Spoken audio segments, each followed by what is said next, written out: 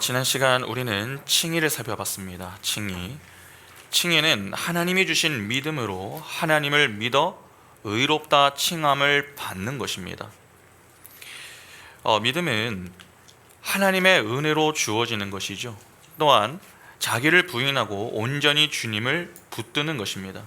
그러니까 양손에 우리의 행위를 가득 채워서 주님 앞에 나서는 것이 아니라 그것을 버리고 빈손으로 겸손히 하나님의 십자가를 든든히 붙드는 것입니다.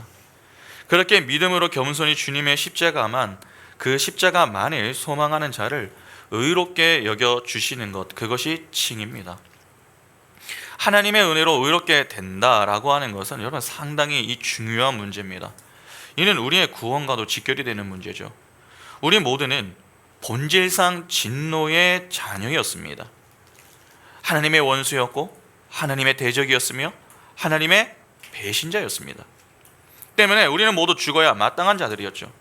그러나 하나님이 그런 가운데 태초부터 구원하기로 작정한 이 소수의 무리를 부르시며 거듭나게 하시어 마음을 돌이켜 믿음으로 하나님을 믿어 의롭게 만드십니다.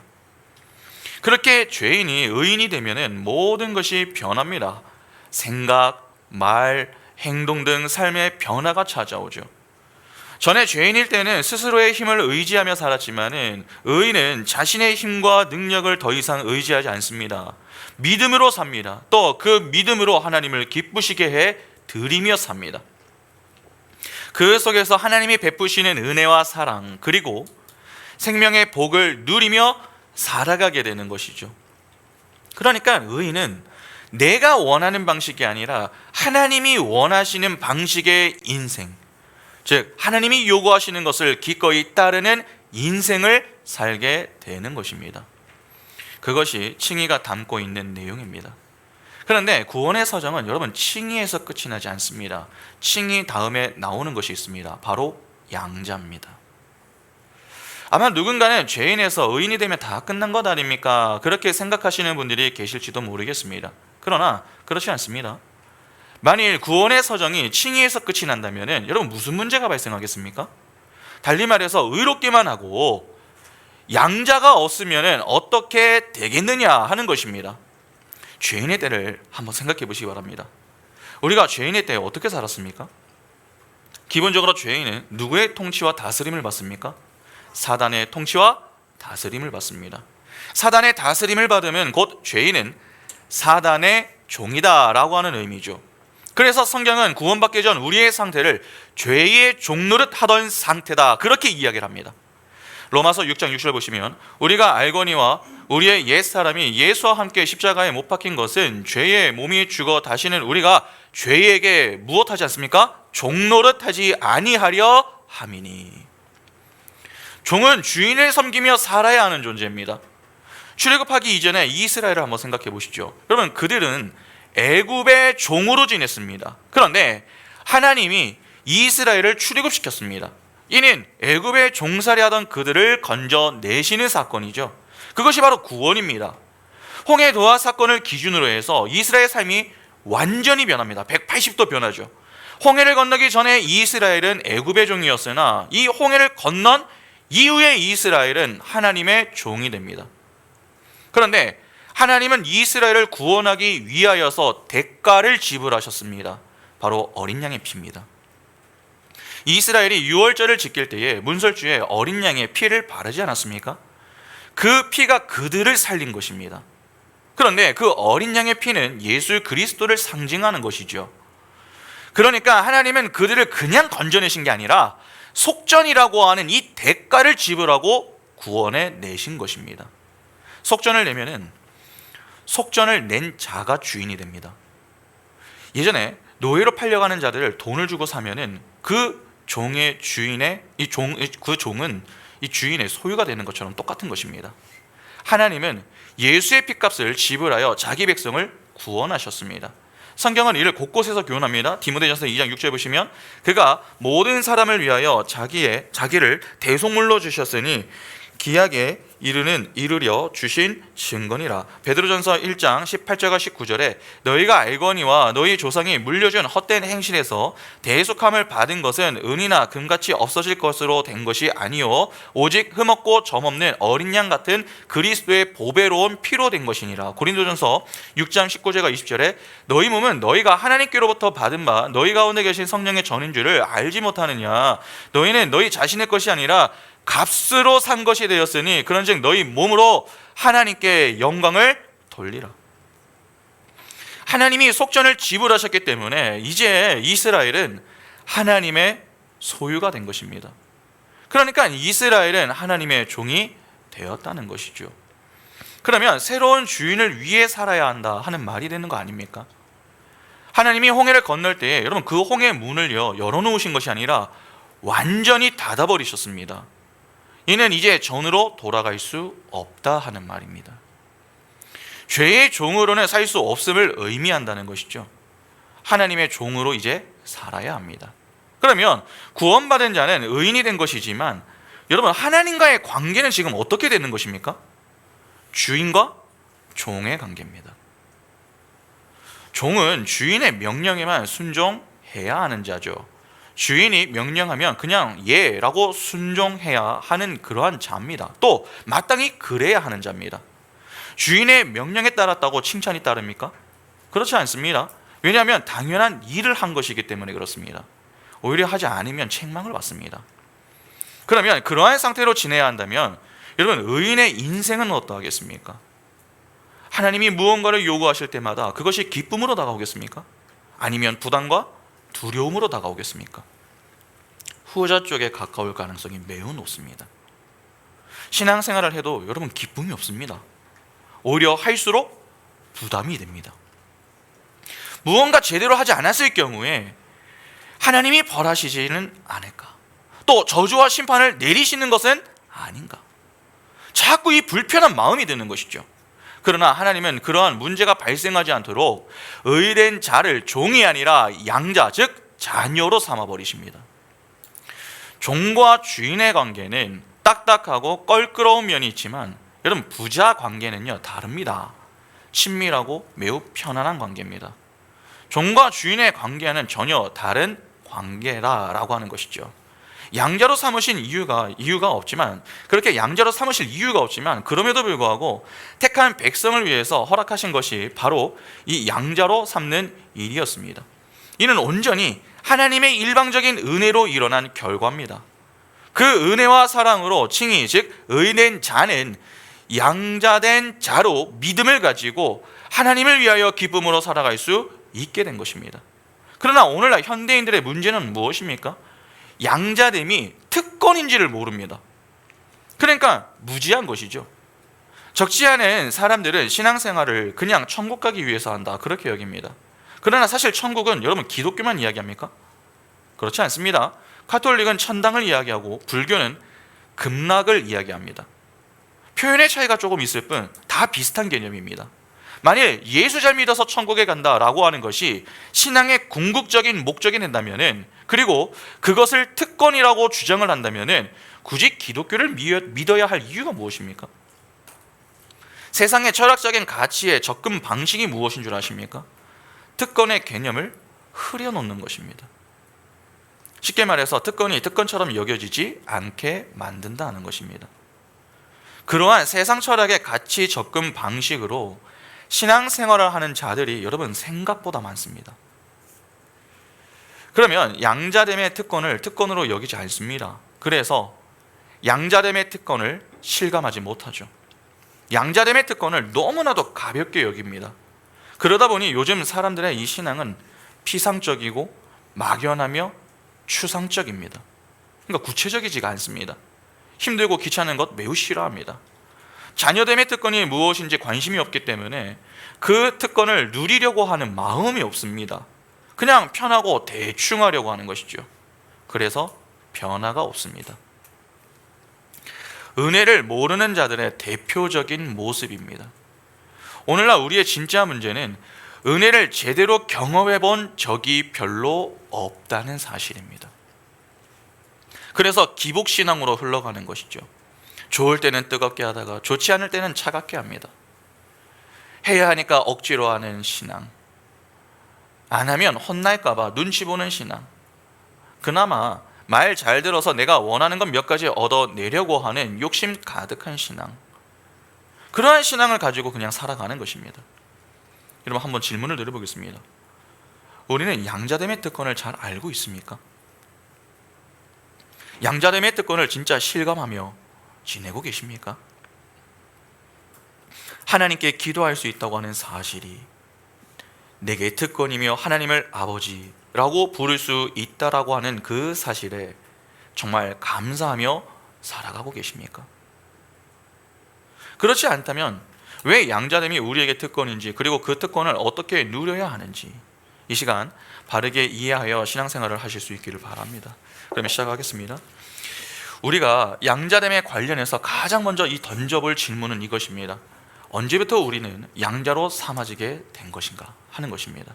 에베소서 1장 3절부터 보시면, 찬송하리로다 하나님 곧 우리 주 예수 그리스도의 아버지께서 그리스도 안에서 하늘에 속한 모든 신령한 복을 우리에게 주시되 곧 창세전에 그리스도 안에서 우리를 택하사 우리로 사랑 안에서 그 앞에 거룩하고 흠이 없게 하시려고 그 기쁘신 뜻대로 우리를 예정하사 예수 그리스도로 말미암아 자기의 아들들이 되게 하셨으니 이는 그가 사랑하신 자 안에서 우리에게 거저 주시는 바 그의 은혜의 영광을 찬송하게 하려는 것이라. 그리고 로마서 8장 28절부터 30절도 한번 보겠습니다. 우리가 알거니와 하나님을 사랑하는 자 곧 그의 뜻대로 부르심을 입은 자들에게는 모든 것이 합력하여 선을 이루느니라. 하나님이 미리 하신 자들을 또한 그 아들의 형상을 본받게 하기 위하여 미리 정하셨으니 이는 그로 많은 형제 중에서 맏아들이 되게 하려 하심이니라. 또 미리 정하신 그들을 또한 부르시고 부르신 그들을 또한 의롭다 하시고 의롭다 하신 그들을 또한 영화롭게 하셨느니라. 여러분, 언제입니까? 태초부터입니다. 태초부터. 하나님은 미리 사랑하신 자들을 부르시고 의롭다 그렇게 말씀하십니다. 그런데 그 자들을 아들들이 되게 하신다라고 하시죠. 단지 의롭다 그 정도로 칭해 주시는 정도가 아니라 자녀 삼으실 계획까지 다 가지고 계셨던 것입니다. 다시 말해서 단지 거룩하고 흠이 없게 택하셨다라고 하는 이 차원을 넘어서서 어떤 법적인 장치까지 마련해 놓으셨다는 것입니다. 이는 에덴에 있었던 아담과는 여러분 다른 것입니다. 우리는 자꾸 구원을 받으면 이 아담의 상태로 돌아간다 그렇게 여기는데 그렇지 않습니다. 여러분, 아담은요 죄를 지을 수 있는 존재였습니다. able to sin, 죄를 지을 수 있던 가능성이 있었던 자입니다. 만일 우리가 그 자리로 돌아가는 것이라면은 아담이 선악과 사건을 통해서 타락을 했듯이 우리도 죄를 짓고 타락할 수 있다라고 하는 이야기가 됩니다. 그러니까 우리는 그 자리로 향하는 게 아닙니다.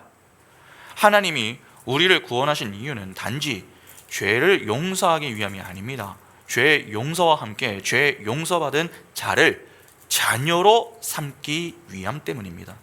그러니까 죄 용서가 구원의 여러분 소극적인 이 측면이 된다면은 구원한 자를 양자로 삼는 것은 구원의 적인 측면이다 그렇게 볼 수 있습니다. 하나님은 태초부터 우리를 택하시고 거룩하고 흠이 없는 자로 만들 것을 계획하셨습니다.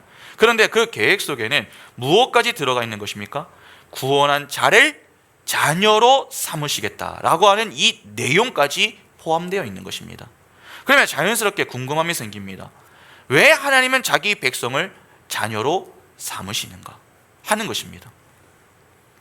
바울 당시 여러분 양자라고 하는 이 개념은요 매우 생소했었던 용어였습니다. 이 용어는 로마법에서 빌려온 개념입니다. 유대의 법적 체계에는 이러한 개념이 없었습니다. 그러나 바울은 로마 시민이었고 또 그러한 분위기에서 살았기 때문에 양자라는 이 개념을 충분히 설명할 수 있었던 것입니다. 그래서 유독 바울 서신을 보면은 양자와 관련된 내용이 많이 나오는 것이죠. 로마법에 따르면 양자가 되면 양자로 받아들인 사람의 이름을 따고 그의 소유에 대한 권리를 확보할 수가 있었습니다. 여러분 혹시 율리우스 카이사르라고 하는 인물을 아십니까? 그는 로마의 공화정 말기에 폼페이우스와 크라수스와 함께 집정관이 되어서 큰 인기를 끌었었던 인물입니다. 시오노 나나미의 그 로마인 이야기 를 보시면은 이야기가 잘 나옵니다. 4권과 5권 이 두 권에 나오거든요. 그래서 궁금하신 분들 한번 읽어보시는 것도 상당히 도움이 됩니다. 이 갈리아 전쟁기로 유명하고 폼페이우스와의 이 내전에서 일어난 파르살로스 전투도 잘 알려진 사건입니다. 폼페이우스와의 이 내전에서 이 카이사르가 승리를 하면서 이후에 1인 지배자가 될 정도로 막강한 권력을 가졌던 인물이 바로 카이사르였습니다. 그런데 그가 옥타비아누스를 양자로 삼아서 율리우스 카이사르라고 하는 성을 주어 후계자로 지명을 했습니다. 그 옥타비아누스가 바로 우리에게 잘 알려진 로마의 초대 황제인 아우구스투스입니다. 카이사르의 양자가 되면서 옥타비아누스는 카이사르의 이름을 받았을 뿐 아니라 카이사르의 소유에 대한 권리까지도 누릴 수 있었습니다. 이것이 바로 로마법에서 말하는 양자의 개념입니다. 당시 적자들에게는 아버지가 재산을 물려주지 않아도 법적으로 문제가 되지 않았습니다. 그러나 양자들에게는 반드시 재산을 물려주어야 했습니다. 그것이 법이었습니다. 바울은 그러한 엄청난 신분을 지금 이야기하는 것입니다. 그러면 하나님이 자기 백성을 여러분 양자로 삼으시는 이유는 무엇입니까? 하나님의 유업을 물려받게 하기 위해서입니다. 여러분 하나님이 자기 백성에게 주시는 것이 무엇입니까? 생명입니다. 영생. 그 생명이 있는 곳이 바로 영광의 자리입니다. 그러니까 하나님은 그 엄청난 영광의 자리에 서게 만들기 위하여서 우리를 자녀로 삼아 주신다 하는 것입니다. 여러분 실로 놀라운 일이 아닙니까 이거? 그런데 여기서 끝이 아닙니다. 양자는 위치, 지위, 특권, 신분을 규정하는 법적인 용어입니다. 부모가 자녀를 낳으면 어떻게 합니까? 조금 좀 키우다가 자녀가 말을 잘 들으면 호적에 올리고 그렇지 않으면 호적에 올리지 않습니까? 아닙니다. 여러분 그런 부모 없습니다. 자녀를 낳으면 곧바로 호적에 올립니다.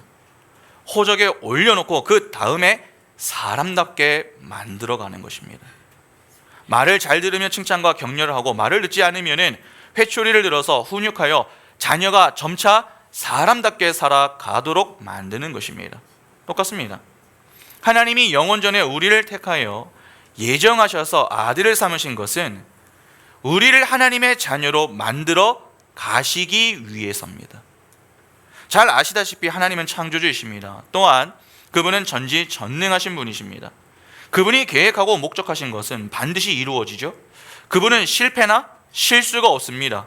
그분이 자기 백성을 양자 삼아 자기 백성으로 만들어 가신다라고 합니다. 그분은 실패가 없다고 했습니다. 그러면 하나님이 성도를 자녀 삼으시는 이유는 무엇입니까? 자기 백성을 결단코 포기하지 않으시겠다라고 하는 이 강한 의지가 그 속에 담겨 있는 것입니다. 아무리 잘못을 해도, 아무리 실수를 많이 해도, 아무리 넘어져도 포기하지 않으시겠다는 것입니다. 왜 그렇습니까? 그들이 바로 하나님의 자녀이기 때문입니다. 자녀가 큰 잘못을 했다고 자녀를 포기하는 부모가 있습니까? 너무 화가 나서 자녀에게 큰 소리로 너 호적에서 파버릴 거야, 그렇게 호통치는 부모님들이 가끔 있습니다. 그러나 진짜 호적에서 자녀의 이름을 지우는 부모는요 없습니다. 그만큼 속이 상한다라고 하는 것을 전달하는 것이지 부모는 자녀를 포기하지 않습니다. 서로 떨어져 있어도 자녀를 걱정하는 것이 부모입니다. 부모는 죽는 날까지 자녀를 위해서 살다가 갑니다. 그러니까 자녀를 포기하지 않고 끝까지 사랑하는 존재, 그 존재가 바로 부모인 것입니다. 하나님이 자기 백성을 그렇게 대하시겠다 하는 것입니다. 결국 하나님은 태초부터 구원하기로 작정한 자기 백성을 단 한 사람도 놓치지 않겠다는 강한 의지와 그분의 유업, 즉 생명과 영광이라는 큰 선물을 주기 위해서 성도와 교회를 종이 아니라 양자로 삼아주신 것입니다. 그러면 하나님은 우리를 어떻게 양자로 삼으시는 것입니까? 결론부터 말씀드리면 성령을 통해 양자로 삼으십니다. 하나님은 이 일을 위해서 예수와 성령을 보내셨습니다. 예수는 이 땅에 오셨을 때에 전적으로 자기를 비우셨습니다. 그리고 성령에 의해서 이끌림을 받으셨죠. 하나님의 영 성령이 의도하는 대로 예수는 살아갔습니다. 예수는 자신이 하고 싶은 말과 일을 하지 않았습니다. 아버지가 시키는 일만 했습니다. 그리고 아버지가 하라는 말만 했습니다. 성경이 그렇게 이야기합니다. 그것은 예수가 능력이 없거나 부족해서가 아닙니다. 당신의 동생들인 하나님의 백성들이 이 땅에서 어떻게 하나님의 자녀로 완성되어 갈 것인가를 미리 보여주기 위함 때문이었습니다. 성령 하나님이 이끄실 것이고 우리는 그분이 이끄시는 대로 따라가게 되어서 결국 하나님이 원하시는 분량까지 자라게 되는 것입니다. 예수 안에 계시면서 그 삶을 하나님이 원하시는 뜻대로 동일하게 완성해 내신 그 성령께서 예수 안에 동일하게 계시는 것입니다. 갈라디아서 4장 4절부터 7절 보시면 이렇게 말씀합니다. 때가 참에 하나님이 그 아들을 보내서 여자에게서 나게 하시고 율법 아래에 나게 하신 것은 율법 아래에 있는 자들을 속량하시고 우리로 아들의 명분을 얻게 하려 하심이라. 너희가 아들임으로 하나님이 그 아들의 영을 우리 마음 가운데 보내사 아빠 아버지라 부르게 하셨느니라. 그러므로 내가 이후로는 종이 아니요 아들이니 아들이면 하나님으로 말미암아 유업을 받을 자니라. 예수께 임했던 영인 이 성령이 여러분 우리 안에 똑같이 계십니다. 하나님의 계획과 뜻은 반드시 완성이 되죠. 그러면 우리를 향한 그분의 계획은 완벽하게 이루어집니다. 그리스도는 성령에 의해서 그 모든 일을 하실 수 있었습니다. 우리도 하나님의 아들들이 되었기 때문에 동일하게 성령이 부어졌습니다. 때문에 우리 역시 그 성령에 의해서 점차 믿음의 확신을 갖게 됩니다. 그렇지 않고는 결코 우리는 믿음의 확신을 갖고 살아갈 수가 없습니다. 반드시 성령은 우리를 완성의 자리, 확신의 자리로 몰고 갑니다. 그런데 우리 모습을 보면 어떻습니까? 야, 나는 될까? 나는 좀 어려울 것 같은데. 다른 사람은 되어도 누구는 안 될 것 같다. 그렇게 생각하는 분들이 종종 있지 않습니까? 여러분, 그것이 불신이고 그것이 죄입니다. 지금의 모습으로 사람을 판단하시면 안 됩니다. 불가능해 보일 수 있으나 하나님의 능력을 신뢰한다면 낙담과 절망을 하시면 안 됩니다.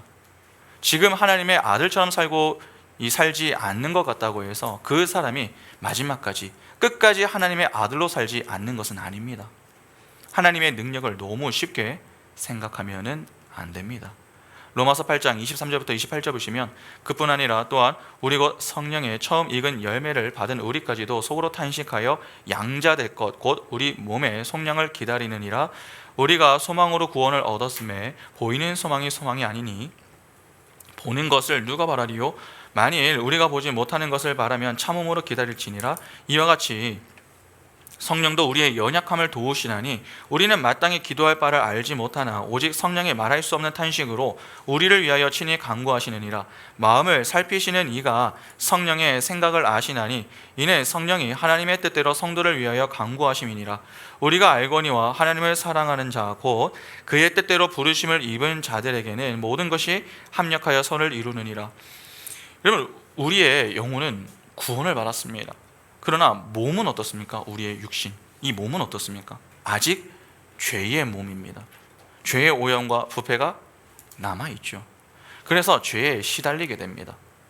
세상 사람들은 죄를 지으면 신나하지만 그리스도인은 괴로워합니다. 그래서 진짜 신앙인들은 빨리 죄에서 좀 벗어났으면 좋겠다, 그러한 마음을 늘 가지고 살아갑니다. 넘어지고 실수가 반복될 수는 있습니다. 그러나 포기하면 안 됩니다. 하나님은 자기 자녀를 반드시 완성의 자리로 데리고 갑니다. 중간에 우리가 잘하지 못한다고 하나님이 야, 너는 도저히 안 되겠다, 이제 포기하련다, 그렇게 우리를 떠나지 않으신다는 것입니다. 우리는 이미 법적으로 제도적으로 하나님의 양자가 되었습니다. 만일 하나님이 중도에 우리를 포기하신다면 하나님이 법에 걸리게 됩니다. 그런 논리로 지금 바울이 이야기하는 것입니다. 그래서 우리의 구원은 확실한 것이며 우리의 완성은 필연적인 것입니다. 다시 물릴 수 없는 완전한 법적, 제도적 안전장치다라고 하는 것입니다. 때문에 성도는 반드시 새 하늘과 새 땅으로 들어갑니다. 베드로후서 3장 10절부터 보시면 그러나 주의 날이 도둑같이 오리니 그 날에는 하늘이 큰 소리로 떠나가고 물질이 뜨거운 불과 풀어지고 땅과 그 중에 있는 모든 일이 드러나리로다. 이 모든 것이 이렇게 풀어지리니 너희가 어떠한 사람이 되어야 마땅하냐. 거룩한 행실과 경건함으로 하나님의 날이 임하기를 바라보고 간절히 사모하라. 그 날에 하늘이 불에 타서 풀어지고 물질이 뜨거운 불에 녹아지려니와 우리는 그의 약속대로 의가 있는 곳인 새 하늘과 새 땅을 바라보도다. 하나님은 반드시 양자된 자녀를 새 하늘과 새 땅으로 데리고 가십니다. 오해하시면 안 됩니다. 영적인 아버지는 영적인 자녀인 우리의 소원 성취를 들어주시는 분이 아닙니다. 양자된 자들의 삶은 만사 형통의 삶, 무사 안일이 아닙니다. 아버지는 자녀가 당신의 자녀답기를 원하십니다. 그래서 이를 위해서 허락하시는 게 있습니다. 고난입니다. 성경은 성도의 인생, 즉 양자로 삼은 자에게 고난이 주어진다라고 하는 것을 매우 자주 교훈합니다. 요한복음 16장 33절에 이것을 너희에게 이르는 것은 너희로 내 안에서 평안을 누리게 하려 함이라. 세상에서는 너희가 환난을 당하나 담대하라. 내가 세상을 이기었노라. 골로새서 1장 24절에 나는 이제 너희를 위하여 받는 괴로움을 기뻐하고 그리스도의 남은 고난을 그의 몸된 교회를 위하여 내 육체에 채우노라. 고린도후서 11장 23절부터 보시면 그들이 그리스도의 일꾼이냐 정신없는 말을 하거니와 나는 더욱 그러하도다. 내가 수고를 넘치도록 하고 옥에 갇히기도 더 많이 하고 매도 수없이 맞고 여러 번 죽을 뻔하였으니 유대인들에게는 40에서 하나 감한 매를 5번 맞았으며 3번 태장으로 맞고 1번 돌에 맞고 3번 파산하고 일주야를 깊은 바다에서 지냈으며 여러 번 여행하면서 강의 위험과 강도의 위험과 동족의 위험과 이방인의 위험과 시내의 위험과 강녀의 위험과 바다의 위험과 거짓 형제 중에 위험을 당하고 또 수고하며 애쓰고 여러 번 자지 못하고 주림이여 목마르고 여러 번 굶고 춥고 헐벗었느라. 여러분 이상하지 않으십니까? 여기 보면 지금 자꾸 고난받는 이야기들만 나오고 있는데 여러분 자녀를 사랑한다면은 아버지인 하나님께서 우리의 고난을 없애주셔야 되는 거 아닙니까? 사랑한다면 문제를 해결해 주시고 문제를 좀 피해갈 수 있도록 해 주시는 것이 맞는 것 아니냐는 것입니다. 그러나 성경은 그렇지 않다고 이야기합니다. 오히려 하나님은 사랑하기 때문에 고난을 주신다, 그렇게 말씀합니다. 그러면 하나님은 왜 사랑하는 자녀들에게 고난을 주시는 것입니까? 요한복음 15장 18절부터 보시면 세상이 너희를 미워하면 너희보다 먼저 나를 미워한 줄 알라. 너희가 세상에 속하였으면 세상이 자기의 것을 사랑할 것이나 너희는 세상에 속한 자가 아니요 도리어 내가 너희를 세상에서 택하였기 때문에 세상이 너희를 미워하느니라. 내가 너희에게 종이 주인보다 더 크지 못하다 한 말을 기억하라. 사람들이 나를 박해하였은즉 너희도 박해할 것이요 내 말을 지켰은즉 너희 말도 지킬 것이라. 그러나 사람들이 내 이름으로 말미암아 이 모든 일을 너희에게 하리니 이는 나를 보내신 이를 알지 못함이라. 내가 와서 그들에게 말하지 아니하였더라면 죄가 없었으려니와 지금은 그 죄를 핑계할 수 없느니라. 나를 미워하는 자는 또 내 아버지를 미워하느니라. 내가 아무도 못한 일을 그들 중에서 하지 아니하였더라면 그들에게 죄가 없었으려니와 지금은 그들이 나와 내 아버지를 보았고 또 미워하였도다. 그러나 이는 그들의 율법에 기록된 바 그들이 이유 없이 나를 미워하였다 한 말을 응하게 하려 함이라. 세상은 여러분 언제나 자기와 일치하지 않는 것을 싫어합니다. 나와 같은 편이 아니면 다 적으로 간주하는 것이죠. 그래서 서로 대적합니다. 세상은 사단의 통치를 받습니다. 그러나 그리스도인은 하나님의 통치를 받습니다. 이는 서로 같은 편이 아님을 보여주는 것이죠. 그래서 세상은 그리스도인들을 미워합니다. 대적합니다. 이는 이미 원시 복음에서부터 예고되었던 그러한 내용입니다. 창세기 3장 15절 보면은 하나님은 뱀에게 여자와 원수가 되게 할 것이며 여자의 후손 역시 뱀의 후손과 원수가 되게 할 것이다 라고 그렇게 말씀합니다. 여러분 선악과 사건이 무엇입니까? 선악과 사건. 뱀과 여자가 한편이 되어서 하나님을 대적한 사건 아닙니까? 그런데 하나님이 뱀에게 여자와 원수로 삼겠다 그렇게 말씀합니다. 그러면 뱀과 원수가 되면은 자연스럽게 하나님과 여자는 어떻게 되는 것입니까? 화목하게 되는 것이죠. 그러니까 원시 복음에서부터 이미 하나님은 여자의 후손과 뱀의 후손은 서로 원수가 될 것을 예고하셨습니다. 때문에 뱀의 후손, 즉 하나님을 떠난 죄인들은 서로 한편이 되는 것이고, 그렇지 않고 그런 무리 가운데 하나님의 택한 백성으로 건짐을 받은 여인의 후손은 뱀의 후손의 대적, 즉 원수가 되는 것입니다. 여러분, 여자의 후손인 교회는 뱀의 후손인 세상과 원수입니다. 물과 기름의 관계이기 때문에 서로 섞이고 싶어도 섞일 수가 없는 그러한 관계입니다. 그래서 서로 갈등이 일어나게 되고 반목하게 되는 것이죠. 문제는 원수로 지낼 때에 그 수가 어느 쪽에 더 많은 줄 아십니까? 여러분, 어느 쪽이 더 많습니까? 뱀의 후손 쪽이 훨씬 많습니다. 그들은 힘의 원리를 추구합니다. 수도 많은데 힘을 인생의 목적으로 삼으며 삽니다. 그래서 뱀의 후손은 박해하고 핍박을 하는 쪽에 서 있습니다. 그런데 여인의 후손은 다르죠. 여인의 후손은 힘이 아니라 믿음의 원리를 추구합니다. 하나님을 믿으며 삽니다. 세상 속 죄인들은 나를 위해 남을 희생시키지만 하나님의 백성들은 남을 위하여 자신을 희생합니다. 그러니까 박해를 하는 쪽이 아니라 도리어 박해를 받는 쪽에 있고 핍박을 받는 편에 서 있다는 것입니다. 그러한 세상의 박해와 핍박으로 실제 많은 여인의 후손들이 생명을 잃기도 했고 고난을 당했습니다. 가인과 아벨의 이야기가 이를 보여주고 이삭과 이스마엘의 이야기도 그 내용을 잘 보여주죠. 여러분, 역사는요 항상 이렇게 여인의 후손과 뱀의 후손으로 나뉘어서 여인의 후손과 뱀의 후손이 서로 원수가 되어 뱀의 후손에 의해 여인의 후손이 박해를 받는 그림으로 나타났습니다. 그런 점에서 기독교가 유독 세상의 핍박을 많이 받는 것, 그것은 그리 이상한 것이 아닙니다. 오히려 정상입니다. 그러니까 뉴스를 보면서 아니 카톨릭도 있고 불교도 있고 뭐 이슬람교도 있고 뭐 다른 많은 종교들이 있는데 왜 굳이 이 기독교만 뭐라고 하느냐, 왜 기독교에 안 좋은 것만 이렇게 기사가 계속 나오느냐, 먼지 털어서 안 나오는 것이 어디 있느냐, 그런 식으로 불평과 원망을 하시면 안 됩니다. 오히려 그렇게 세상으로부터 철저하게 박해를 당하는 그 그림이 여러분 맞는 것입니다. 그게 정상입니다. 만일 자꾸 형평성을 주장하면서 기독교가 박해를 당하지 않아야 한다, 그렇게 주장하는 사람이 있다면 그는 복음을 제대로 이해하지 못하고 있거나 잘못된 열심을 내는 자일 가능성이 매우 높습니다. 의인은 악인에 의해서 핍박을 받습니다. 그리스도인들은 완전하지 않아도 조금씩 그리스도를 닮습니다. 추구라도 합니다. 하늘나라의 삶의 원리인 십자가의 삶을 살기 위해서 애를 쓰는 그들을 세상은 곱게 보지 않습니다. 그래서 돌을 들고 죽이려고 달려들기도 합니다. 스데반을 돌로 쳐 죽이려고 했었던 그 모습과 같이 말입니다. 그것이 생각보다 무섭고 또 두렵게 느껴질 때가 많이 있습니다. 세상은 하나님의 자녀됨을 포기하고 자신들과 한편을 하자, 그렇게 이야기합니다. 때로는 하와를 유혹했던 뱀과 같이 달콤한 유혹으로 찾아오기도 하고, 때로는 두려움을 주는 모습으로 찾아오기도 합니다.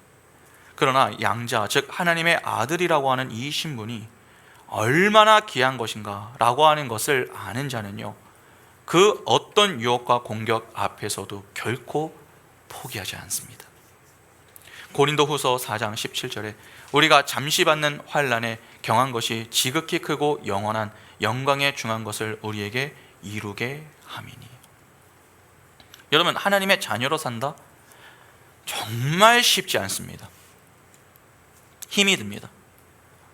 그러나 성경은 그러한 자녀들을 향해서 위로를 줍니다. 시편 73편을 함께 보겠습니다. 1절부터 28절인데 좀 긴데 여러분 천천히 한번 잘 따라와 보시기 바랍니다.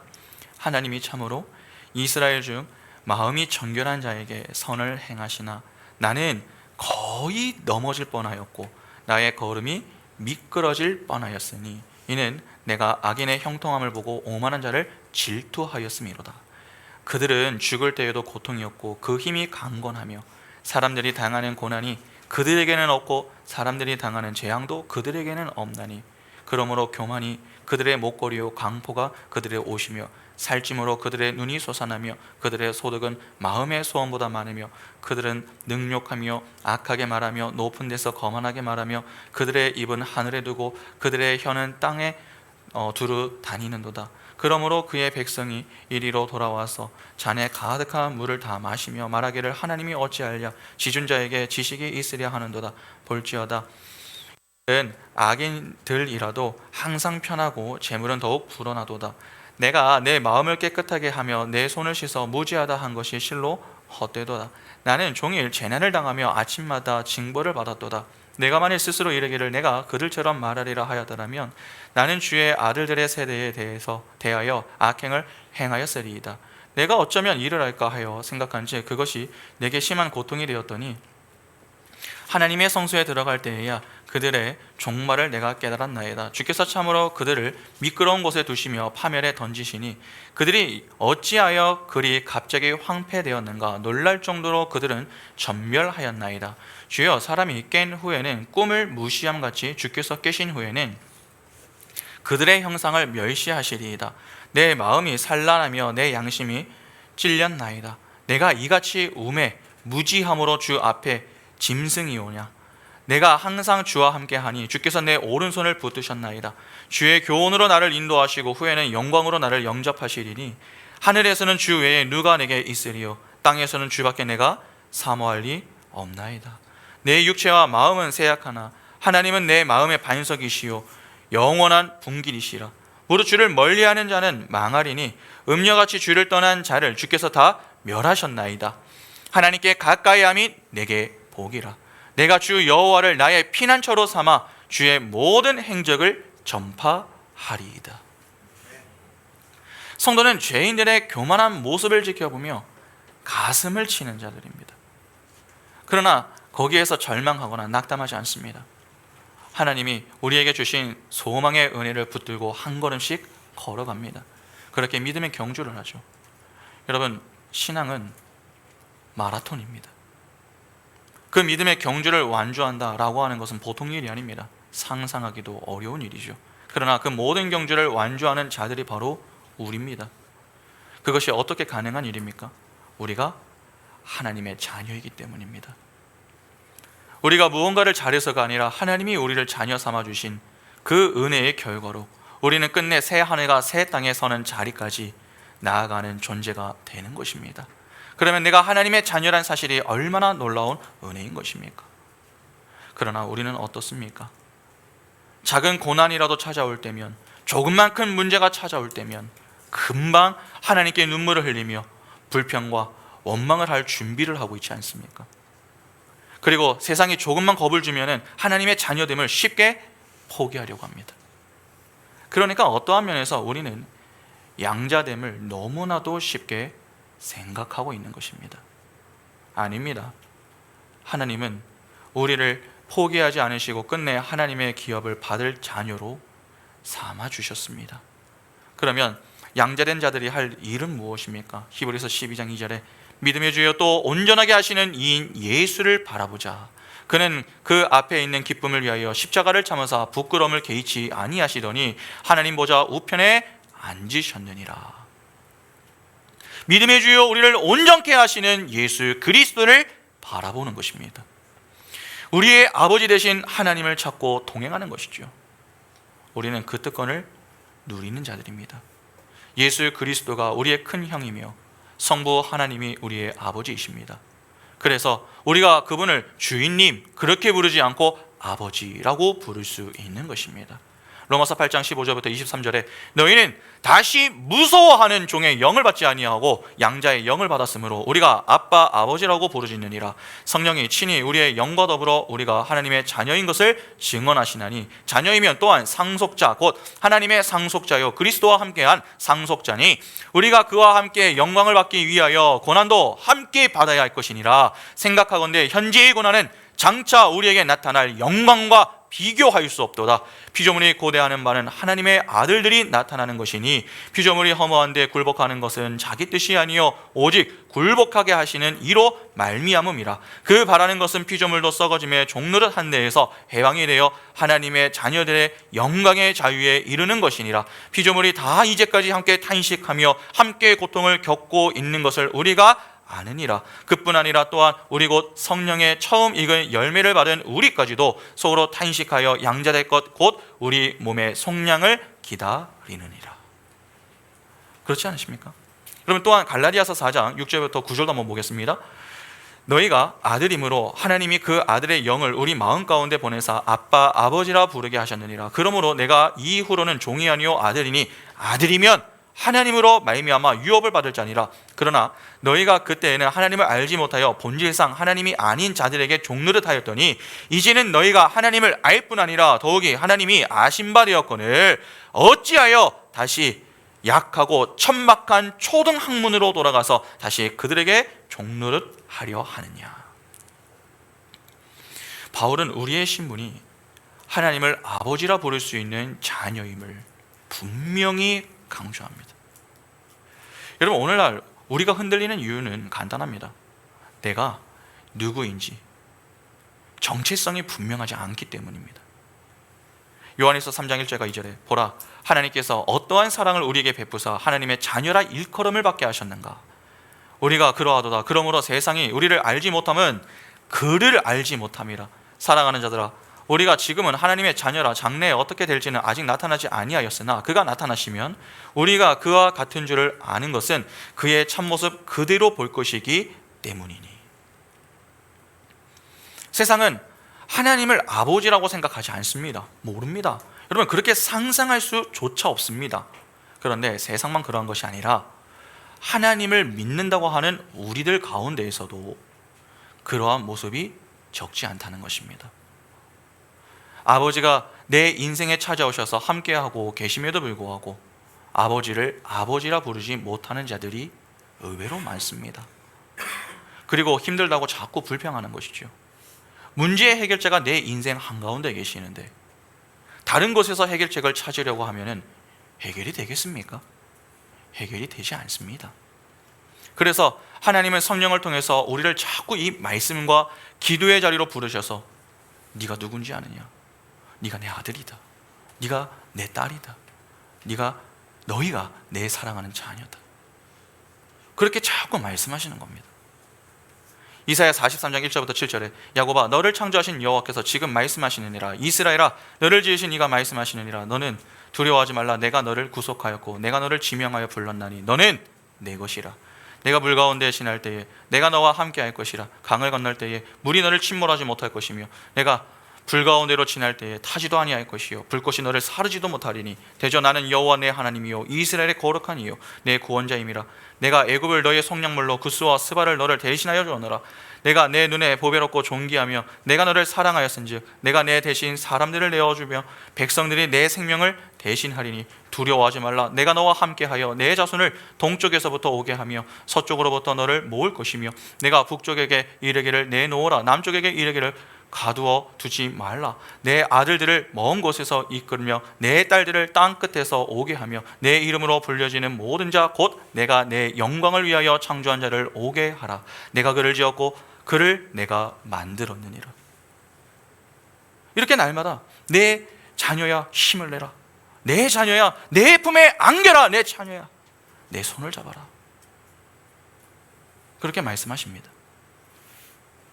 그렇게 말씀하실 때 우리는 말씀으로 함께 하시는 분이 우리의 아버지이심을 알고 겸손히 아버지의 음성에 반응하여 그 손을 잡으면 됩니다. 그리고 고백하면 되는 것이죠. 아버지 감사합니다. 저는 아버지의 품에 있을 때가 가장 좋습니다.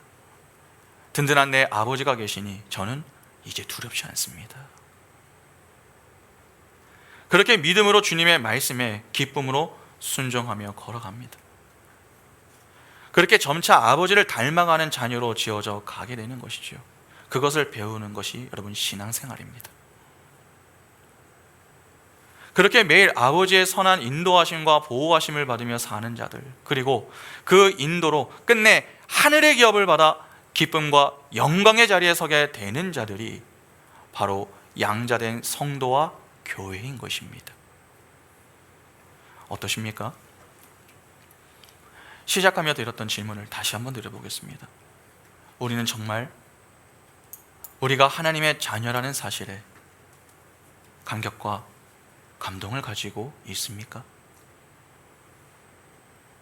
하나님을 아버지라고 부를 때에 전율이 흐르고 그 아버지가 내 인생을 포기하지 않고 끝까지 지키시고 보호하심으로 끝내 하늘의 상급을 받게 하실 것이란 그 사실 앞에 감사하며 살고 있습니까? 정말 이 사실에 우리가 감사한다면 우리는 결단코 여러분 말씀과 기도의 자리에 게으를 수가 없습니다.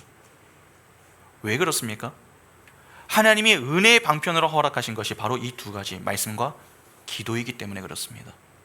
말씀을 통해 우리 아버지의 뜻을 배울 수 있습니다. 기도를 통해 아버지와 교제를 나눌 수 있습니다. 정말 하나님이 내 아버지이심에 감격과 감동이 있는 자는 다른 것은 몰라도 말씀과 기도를 소홀히 할 수 없습니다. 그것이 자신의 특권임을 잘 알기 때문에 무슨 일이 있어도 말씀과 기도에는 사활을 겁니다. 아무리 바빠도 말씀과 기도를 잊지 않습니다. 그만큼 중요하게 여기며 삶의 우선순위에 여러분 1순위가 아니라 아예 0순위로 두는 것이죠. 그런데 오늘 우리를 보면 어떻습니까? 바쁘다는 핑계로 말씀과 기도를 뒷전으로 자꾸 뒤로 미루죠. 그로 인해 말씀과 기도를 하지 않고 그냥 넘어갈 때가 얼마나 많습니까? 그리고 이야기합니다. 다음에 하지 뭐. 오늘만 날인가? 내일도 있으니까 내일은 꼭 해야지. 그렇게 미루는 습관을 가지고 신앙생활에 열심을 내지 않습니다. 왜 이러한 현상이 생기는 것입니까? 양자됨의 특권을 모르기 때문입니다. 내가 하나님의 자녀로 하나님을 아버지라 부르며 그 아버지가 내게 주실 하늘의 상급이 얼마나 크고 놀라운 것인가 하는 것을 실감하지 못하고 그것을 특권이라 여기지 않기 때문에 하지 않는 것입니다. 사람이 진짜 좋은 것을 알면 어떻게 합니까? 무슨 수를 써서라도 합니다. 그러니까 우리가 말씀과 기도에 실패하는 가장 큰 이유는 양자됨의 특권에 대한 무지가 가장 큰 것입니다. 그런데 정말 감사한 것이 무엇인 줄 아십니까? 정말 감사한 것이 하나님이 그런 우리를 포기하지 않으시고 날마다 우리에게 말씀으로 찾아와 부르시며 가르치신다는 사실입니다. 내 아들아, 내 딸아, 나와 함께 하자. 세상이 아니라 이제는 나와 교제하자. 그렇게 우리를 말씀으로 설복해 가신다는 것입니다. 아버지이신 하나님이 양자됨의 놀라운 특권을 누리게 하도록 오늘도 우리 인생에 찾아오시고 함께 하시며 말씀하고 계십니다. 겸손히 말씀에 보다 진지한 자세로 임하며 믿음의 눈으로 하나님을 바라보고 믿음의 길을 열어 아버지의 그 간절한 음성의 귀를 여러분 기울이시기 바랍니다. 성령이 믿음으로 하나님을 바라보고 그 음성을 들을 수 있도록 우리를 돕고 계십니다. 믿음으로 그 성령을 의지하여 다른 것은 양보하고 포기해도 이제는 딱 하나, 내가 하나님의 자녀라는 이 양자의 특권만큼은 양보하거나 포기하지 않을 수 있는 믿음이 있기를 바랍니다. 그리하여 하나님의 자녀로 말씀과 기도의 자리에서 우리 아버지이신 하나님을 알고 교제함으로 늘 아버지와 동행하며 아버지이신 그 하나님께만 영광 돌리는 복된 인생, 거룩한 인생이 다 될 수 있기를 간절히 소망합니다. 함께 찬양하겠습니다.